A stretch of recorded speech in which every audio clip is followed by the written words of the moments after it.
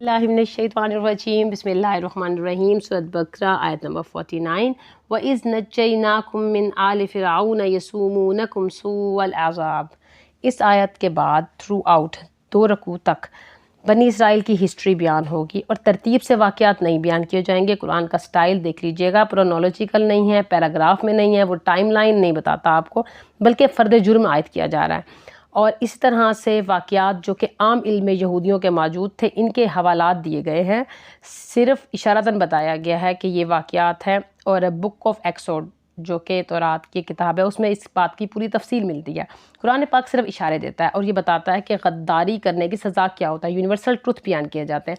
एक आयत में अल्लाह तबारक व तआला ने वाक़या बयान किया और अगली आयत में बताया कि इसका क्या अंजाम होगा, और अगर हम भी ये हरकतें दोहराएंगे तो हमारा अंजाम भी वैसे ही होगा। जैसा कि हदीस में कहा जा चुका है कि वो जो हरकतें करते थे, क्योंकि इंसानी साइकोलॉजी सेम है, और तुम भी वही अगर दोहराओगे तो इसका अंजाम ये होगा। ज़वाल की वजूहात क्या बनी।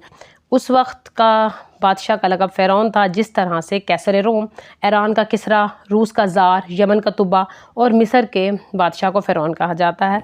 और वहाँ के लोग इस वक्त जो फ़ारानिया थे वो हुकूमत में नहीं थे। अगर हम बनी इसराइल की हिस्ट्री को लेकर चलें, थोड़ा सा उसकी तरफ जाएँ, तो बनी इसराइल की हिस्ट्री शुरू होती है 1850 क़िबले मसीह से, और 1906 में हज़रत यूसुफ़ अलैहिस्सलाम मबूस किए गए और वो मिस्र में वहाँ पर ख़जाने के ओहदे पर फाइज़ हुए और अपने भाइयों को, जो कि 12 थे कबीले के तौर पर, 12 भाइयों को लेकर आए मिस्र में। उस वक्त मिस्र में उनकी काफ़ी इज़्ज़त थी और वहाँ का बादशाह एक्ज़ोसन, वो भी उनकी इज़्ज़त करता था। सियासी तौर पर भी उनको काफ़ी ज़्यादा स्टेबिलिटी थी। तो स्टार्ट में तो वो पीरज़ादों की तरह वहाँ रहे। बादशाह भी इस वक्त का अरब का था, उसने उस पर हुकूमत थी। नियत से लड़ने के बाद जिस वक्त वो निकल रहे हैं, वहाँ से हिजरत कर रहे हैं, उस वक्त उनकी तादाद क्या थी? 6 लाख कबीले। और कितने अरसे के बाद निकल गए हैं? 500 साल के बाद। अब 500 साल के बाद वो वहाँ से हिजरत कर गए हैं। कहाँ से? मिस्र से हिजरत कर रहे हैं, डेल्टा नील से, मशरक़ की ज़ख़्ख़ेज़ ज़मीन से सहरा की तरफ हिजरत कर रहे हैं हज़रत मूसा अलैहिस्सलाम के साथ। और जब वो वहाँ पर आए थे 500 साल पहले 12 कबीलों की सरहद में, वहाँ से 250 साल तक वो ऐशो इशरत की ज़िंदगी में रहे, क्योंकि उनकी बड़ी इज़्ज़त थी और वो सियासी तौर पर थे। फिर क्या हुआ?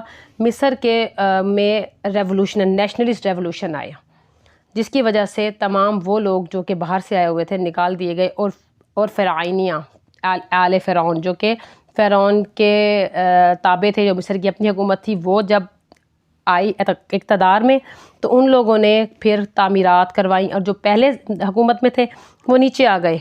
अब उनसे इंतकामी जज्बे के तौर पर उनके साथ जो सलूक किया जाता था वो इसमें बयान किया जाएगा।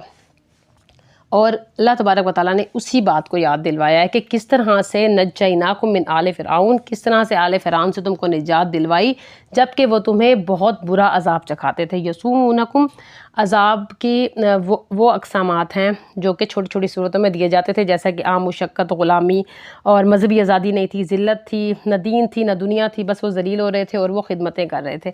इसके सिले में उनको कुछ भी नहीं मिलता था, बल्कि आगे मज़ीद युज़ब्बिहूना अब्नाअकुम, वो उनकी आबादी ना बढ़ सके इस वजह से उनके बेटों को भी मार दिया करते थे। जो उनके बच्चे पैदा होते थे, मेल बेबी, उनको वो मार देते थे, ताकि मर्द आगे नहीं बढ़ेंगे तो आबादी नहीं बढ़ेगी, तो वो हुकूमत में नहीं आ सकेंगे। और यस्तहयूना निसाकुम, और वो उनकी औरतों को ज़िंदा छोड़ दी। यहाँ पर कहा जाना चाहिए था बिनातुकुम, तुम्हारी बेटियों को, लेकिन निसाकुम उनकी गैरत ज़ाहिर करने के लिए दिखाया जा रहा है कि आपकी औरतों के साथ क्या सलूक होता था कि जब वो बच्चियाँ बड़ी होती थी तो उनकी ग़ुलामी में आती थी और उनके हरम में दाखिल होती थी, और जो भी उनके साथ जुल्म किया जाता था। तो आपकी औरतों को एज़ अ नौकर इस्तेमाल किया जा रहा है और आपके बेटों को ख़त्म किया जा रहा है कि नस्ल भी ना बढ़ सके। वफ़ी ज़ालिकुम बलाउम मिन रब्बिकुम अज़ीम, ये एक बहुत बड़ी आजमाइश तुम्हारे रब की तरफ से। तो बदतरीन शक्ल का अजाब था युज़ब्बिहूना। और बहसियत कौम, उनका अंजाम क्या हुआ? वो महकूम थे, ग़ुलामी में थे, जीने का हक़ तक नहीं था, नस्लें भी ख़त्म हो।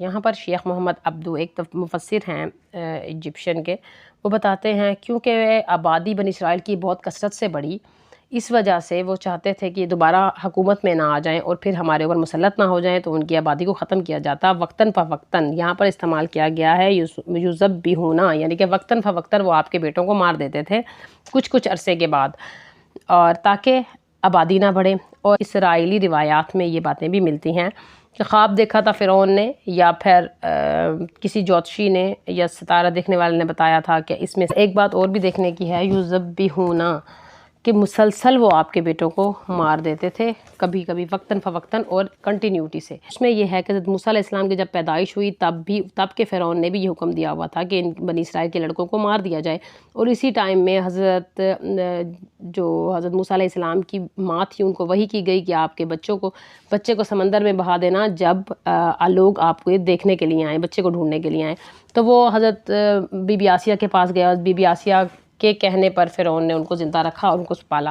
اس وقت تک ان کی کوئی اولاد نہیں تھی۔ اس کے بعد ان کا بیٹا ہوا، جو بعد میں جب حضرت موسیٰ علیہ السلام مدین سے واپس آ رہے ہیں تب وہاں کا فرعون وہی لڑکا تھا جو حضرت موسیٰ علیہ السلام کے ساتھ پلتا رہا۔ اور اس وقت بھی جب کہا گیا کہ موسیٰ علیہ السلام اب بہت زیادہ اقتدار میں آ رہے ہیں اور بنی اسرائیل آپ کو نقصان پہنچائے گی، تب اس لڑکے نے جو کہ حضرت موسیٰ کے بھائی کے طور پر پلا تھا، اس نے بھی یہی آرڈر دیا تھا کہ چلو ٹھیک ہے، ایسا کرو، ان کے بیٹوں کو دوبارہ مارنا شروع کر دو، جب یہ حکومت میں آ ہی نہیں سکیں گے، جب طاقتور نہیں ہوں گے۔